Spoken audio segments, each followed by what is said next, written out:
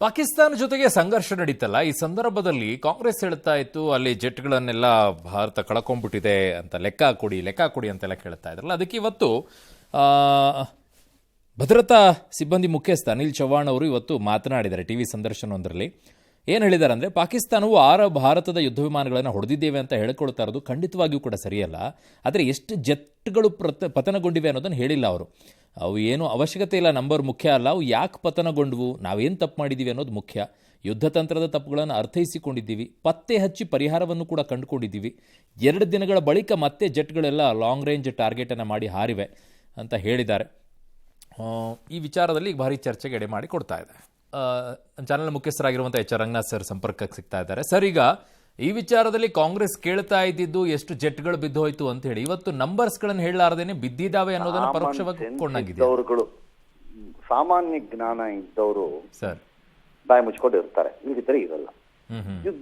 ಯುದ್ಧದ ಸ್ವರೂಪದಲ್ಲಿ ಸಂಘರ್ಷ ನಡೆದ್ರೆ ಒಂದ್ ಕಡೆ ಲಾಸ್ ಆಗೋದು ಎಲ್ಲಾರು ಕೇಳಿದಿರೇನ್ರಿ?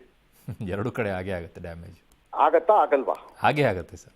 ಓಕೆ, ಈಗ ನಮ್ ಕಡೆ ಒಂದ್ ಆಗಿದೆ ಅಂತಾನೆ ಇಟ್ಕೊಳ್ಳೋಣಪ್ಪ, 1, 2, 3 ಅರ್ಧನೋ ಕಾಲೋ ಆಗಿದೆ ಅಂತ ಇಟ್ಕೊಳ್ಳೋಣಪ್ಪ, ಆಗಿರುತ್ತೆ. ಏನೀಗ ಅಂದ್ರೆ ಅದೇ ದೊಡ್ಡದಾಯ್ತೇನೋ ಅನ್ನೋ ರೀತಿಯಲ್ಲಿ ಬಿಂಬಿಸ್ತಾ ಇದ್ದಾರೆ. ಒಳ್ಳೆ ಕಥೆ ಐತಲ್ಲ, ಅದು ಆಗದೆ 0 ಮಾಡ್ಬಿಟ್ಟು ಮಾಡಕ್ಕಾಗತ್ತಂತ. ಎಲ್ಲಾದ್ರೂ ಆಗಿದೆಯಂತ, ಅಮೆರಿಕಕ್ಕಾಗಿದೆಯಂತ ಇದು 0 ಲಾಸ್ ಅಲ್ಲಿ. ಈಗ ನಡೀತಿರೋ ಯುಕ್ರೇನ್ ರಷ್ಯಾ ಯುದ್ಧದಲ್ಲಿ, ಈಗ ರಷ್ಯಾನಲ್ಲಿರೋ ಯಾರು ಅಪೋಸಿಷನ್ ಅಲ್ಲಿ ಮಾತಾಡಕ್ ತಾಕತ್ತಿದ್ರೆ ಆ ದೇಶದಲ್ಲಿ ಯಾರಿಗೂ ಇಲ್ಲ ಬಿಡಿ, ಇದ್ರೆ ಇದು ಪುಟಿನ್ ಎಷ್ಟು ಜೆಟ್ ಬಿತ್ತಪ್ಪ ಅಂತ ಕೇಳ್ಬೇಕಾ? ಬೀಳುತ್ತೆ ಏಟು ಬಿದ್ದೆ ಬೀಳುತ್ತಪ್ಪ. ಹೌದು. ಓಕೆ, 3ನೇದು ಹೇಳ್ತೀನಿ. ಒಂದು ವೇಳೆ ನಮ್ಮಲ್ಲಿ ಪೈಲಟ್ಗಳಿಗೆ ಯಾರಿಗಾರು ಹೆಚ್ಚು ಕಡಿಮೆ ಆಗಿತ್ತು ಅಂತ ಇಟ್ಕೊಳ್ಳಿ, ಅದಿಷ್ಟೊತ್ತು ಸೀಕ್ರೆಟ್ ಇಡಕ್ಕಾಗ್ತಿತ್ತ? ಬಂದೇ ಬರ್ಬೇಕಾಗಿತ್ತು, ಎಲ್ಲಾದ್ರೂ ಒಂದು ಮಾಹಿತಿ ಬಂದೇ ಬರುತ್ತೆ. ವಿಮಾನಕ್ಕೆ ಏನಾದ್ರು ಆಗಿರ್ಬೋದೇನೋ, ಅದು ನಮ್ಮ ಒಳಗಡೆನೆ ಆಗಿರುತ್ತೆ, ನಮ್ಮ ಭೂಭಾಗದಲ್ಲೇ ಆಗಿರ್ಬೇಕಾಗಿದ್ರೆ. ಅವ್ರ ಕಡೆಗೆ ಆಗಿದ್ರೆ ಎಷ್ಟೊತ್ತಿಗೆಲ್ಲ ವಿಡಿಯೋಗಳೆಲ್ಲ ಹರಿದಾಡ್ತಾ ಇತ್ತು. ಒಳ್ಳೆ ಕಥೆ ಆಯ್ತು, ಕಲರ್ ಮಾಡ್ಬಿಟ್ಟು ಸ್ವಲ್ಪ ಎಕ್ಸ್ಟ್ರಾ ಎಫೆಕ್ಟ್ ಕೊಟ್ಟು ಹಾಕಿರೋರು ಅವರು, ಅಲ್ವೇ? ಖಂಡಿತ ಸರ್. ಹಾಗಾಗಿ ಒಂದು ಯುದ್ಧ ಅಂದಾಗ ಕ್ಯಾಶುಯಾಲಿಟಿ ಅಂದ್ರೆ ಸಾವು ನೋವು ನನ್ನ ಕಡೆ 0, ಆ ಕಡೆ ಮಾತ್ರ 100% ಇರಬೇಕು ಅಂತ ಬಯಸೋದು ಮೂರ್ಖತನ ಅಲ್ವೇನ್ರಿ? ಖಂಡಿತ ಸರ್. ರೇವಂತ್ ರೆಡ್ಡಿನೋ ರಾಹುಲ್ ಗಾಂಧಿನೋ ನಾಳೆ ಸರ್ಕಾರ ರಚನೆ ಮಾಡಿದಾಗ ಈ ತರದೊಂದು ಘಟನೆ ನಡೆದ್ರೆ ಆಗ ಅಶ್ಯೂರೆನ್ಸ್ ಕೊಡ್ತಾರೇನ್ರಿ ಈ ದೇಶಕ್ಕೆ? ಒಂದೇ ಒಂದು ನಟ್ಟು ಬೋಲ್ಟು ಬೀಳದೆ ನಾವು ಗೆದ್ಕೊಂಡ್ಬಂದ್ಬಿಡ್ತೀವಿ ಇದನ್ನ ನೋಡ್ತಾ ಇರಿ ಅಂತ ಯಾರಿಗೂ ಹೇಳಕ್ಕಾಗಲ್ಲ. ಮತ್ತೆ ಏನ್ರಿ, ಯುದ್ಧ ನಡೆಯುತ್ತಿದೆ, ಯುದ್ಧದ ರೀತಿ ಒಂದು ಸಂಘರ್ಷ ನಡೆದಿದೆ ಅಂದಾಗ ಡ್ಯಾಮೇಜ್ಗಳು ಈ ಕಡೆ ಆ ಕಡೆ ಕಾಮನ್. ಡ್ಯಾಮೇಜ್ ಓಕೆ, ಎನಿಮಿಗಾಗಿರೋ ಡ್ಯಾಮೇಜ್ ಏನ್ ನೋಡ್ಬೇಕು ನೀವು? ಅದನ್ನ ಮಾತಾಡಲ್ಲ ಸರ್ ಇವರು.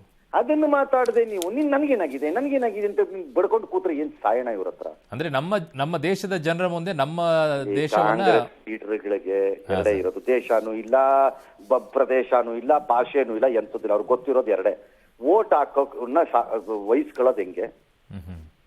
ಈ ಪ್ರಕರಣದಲ್ಲಿ ಅವ್ರು ಅನ್ಕೊಂಡಿರೋದು ನಾವಿಲ್ಲ ಹಿಂಗ್ ಮಾತಾಡ್ಬಿಟ್ಟು ಮೋದಿನ್ ಸಿಕ್ಕಾಪಟ್ಟೆ ಬೈದ್ಬಿಟ್ಟು ಮುಸ್ಲಿಮನ್ ಮೆಚ್ಚಿಸ್ತೀವಿ ಅಂತ ಲೆಕ್ಕಾಚಾರ ಅಷ್ಟೇ. ಅಷ್ಟೇ, ಏನಿರುತ್ತಿದ್ರು. 2ನೇದು, ನನ್ನ ಪ್ರಿನ್ಸಿಪಲ್ ಕೆಲಸ ಮೋದಿನ್ ಬೈಬೇಕು, ಅಷ್ಟೇ ಇರೋದು. ಏನಿದೆ ಇದ್ರಲ್ಲಿ ಹೇಳಿ? ನಾಳೆ ನನ್ಗೆ ಯಾರು ಒಬ್ರು ಲೀಡರ್, ಇಂದಿರಾ ಗಾಂಧಿ ಯುದ್ಧ ಮಾಡಿದಾಗ ಆಸೆ ಆಗಿಲ್ವಾ? ಆಗಿದೆ ಸರ್. ನಮ್ಮ 54 ಸೇನಾಧಿಕಾರಿಗೆ ಎಲ್ಲೋದ್ರು ಅನ್ನೋದೇ ಗೊತ್ತಾಗ್ಲಿಲ್ಲ ಅವಾಗ. ಮತ್ತೆ ಹಂಗಾಗಿ ರೀತಿ ಚೈಲ್ಡಿಶ್ ಆಗಿ ಬಾಲಿಶವಾಗಿ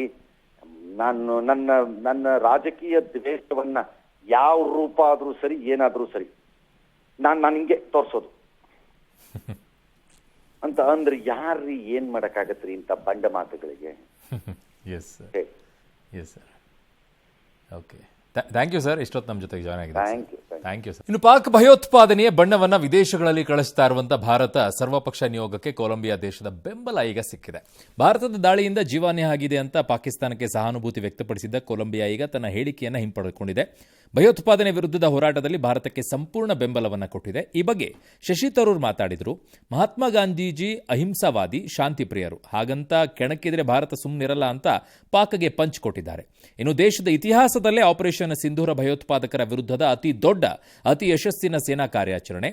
ಸಿಂಧೂರ ಶೌರ್ಯದ ಸಂಕೇತವಾಗಿದೆ ಅಂತ ಪ್ರಧಾನಿ ಮೋದಿ ಹೇಳಿದ್ದಾರೆ. ಭೂಪಾಲ್ನಲ್ಲಿ 15,000ಕ್ಕೂ ಹೆಚ್ಚು ಮಹಿಳೆಯರು ಸಿಂಧೂರ ಬಣ್ಣದ ಸೀರೆಯನ್ನು ಧರಿಸಿ ಪ್ರಧಾನಿ ಮೋದಿಯನ್ನು ಸ್ವಾಗತಿಸಿದರು. ಈ ಮಧ್ಯೆ ಆಪರೇಷನ್ ಸಿಂಧೂರ ಬಗ್ಗೆ ಆಕ್ಷೇಪಾರ್ಹ ಹೇಳಿಕೆ ಕೊಟ್ಟಿರುವ ಆರೋಪದ ಮೇಲೆ ಪುಣೆಯ ಕಾನೂನು ವಿದ್ಯಾರ್ಥಿನಿ ಶರ್ಮಿಷ್ಠಾ ಪನೋಲಿ ಅನ್ನೋರನ್ನ ಕೋಲ್ಕತ್ತಾ ಪೊಲೀಸರು ಬಂಧಿಸಿದ್ದಾರೆ. ಇನ್ನು ಅಮೆರಿಕ ಅಧ್ಯಕ್ಷ ಟ್ರಂಪ್ ತಮ್ಮ ಉದ್ದಟತನ ಹೇಳಿಕೆಯನ್ನು ಮುಂದುವರೆಸಿದ್ದಾರೆ. ಭಾರತ ಪಾಕಿಸ್ತಾನ ನಡುವಿನ ಸಂಘರ್ಷವನ್ನು ನಾವು ನಿಲ್ಲಿಸಿದ್ದೀವಿ ಅಂತ 9ನೇ ಬಾರಿ ಟ್ರಂಪ್ ಹೇಳಿಕೊಂಡಿರೋದು. ಸಂಘರ್ಷ ಉಲ್ಬಣಗೊಂಡಿದ್ರೆ ಎರಡೂ ದೇಶಗಳು ಪರಮಾಣು ಶಸ್ತ್ರಸಜ್ಜಿತವಾಗಿರೋದ್ರಿಂದ ಅದು ಪರಮಾಣು ವಿಪತ್ತಿಗೆ ಕಾರಣವಾಗ್ತಿತ್ತು ಅಂತೆಲ್ಲ ಮಾತನಾಡಿದ್ದಾರೆ.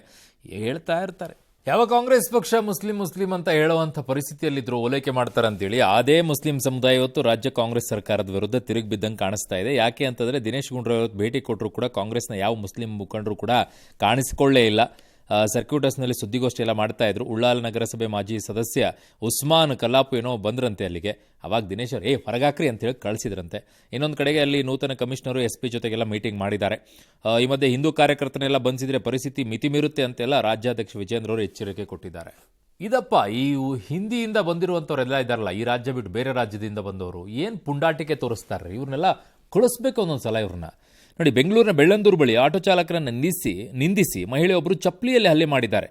ಯಾರು ಇವೆಲ್ಲ ಎಲ್ಲಿಂದ ಬರ್ತವೆ? ಸೈಡ್ ಕೊಡೋ ವಿಚಾರದಲ್ಲಿ ಕಿರಿಕಾಯ್ತಂತೆ. ಪರರಾಜ್ಯದ ಯುವತಿ ಗಾಡಿಗೆ ಟಚ್ ಆಗಿದೆ, ಕಾಲ್ ಮೇಲೆಯೂ ಹತ್ತಿದೆ ಅಂತ. ಅದೇಂಗ್ರಿ ಹಿಂದಿನ ಸೀಟಲ್ಲಿ ಕೂತವ್ರು ಕಾಲ್ ಮೇಲೆ ಹತ್ತುತ್ತೆ ಆಟೋ? ನಾನ್ಸೆನ್ಸ್ಗಳು.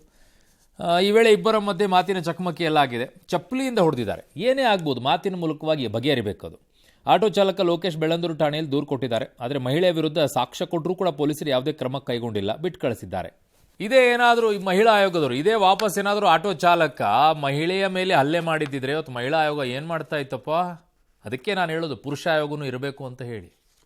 ಪುರುಷರಿಗೆ ಅನ್ಯಾಯ ಆದಾಗ ಕೇಳಕ್ಕೆ ಬೇಡವಾ? ಇರಬೇಕು ಒಬ್ಬ ಪುರುಷ ಆಯೋಗನು, ಕರೆಕ್ಟ್ ಆಗುತ್ತೆ ಆವಾಗ. ಬರೀ ಮಹಿಳೆಯರದ್ದು ಮಾತ್ರ. ಇಲ್ಲಿ ಹೊಡೆದಿದ್ದೇನೆ ಚಪ್ಪಲಿ ತೊಗೊಂಡು ಮನ ಮರೆಯೋದಿಲ್ವಾ? ಹೆಂಗನ್ಸುತ್ತೆ ಎಲ್ಲರ ಮುಂದೆ ಹೊಡೆದಾಗ? ವಾಪಸ್ ಹೊಡೆದಿದ್ರೆ ಏನಾಕಿತ್ತು ಅವಳಿಗೆ? ತಾಳ್ಮೆಯಿಂದ ಇದ್ದಾರೆ ಪಾಪ ಆಟೋ ಚಾಲಕ.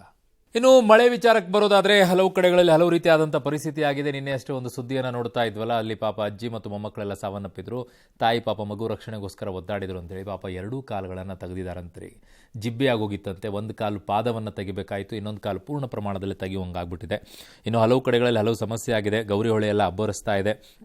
ಚಾರ್ಮಾಡಿ ಘಾಟ್ ರಸ್ತೆಯಲ್ಲೆಲ್ಲ ಮಂಜು ಆವರಿಸ್ಕೊಂಡ್ಬಿಟ್ಟಿದೆ, ಸಮಸ್ಯೆ ಆಗಿದೆ. ರೈಲುಗಳು ಬಂದ್ ಆಗಿಬಿಟ್ಟಿದೆ ಅಂತೆ. ಸಕಲೇಶ್ಪುರ ಸುಬ್ರಹ್ಮಣ್ಯ ಮಾರ್ಗದಲ್ಲಿ 101 ಅಡಿಗೂ ನೀರು ತಲುಪಿದೆ ಅಂತೆ KRS ಡ್ಯಾಮು.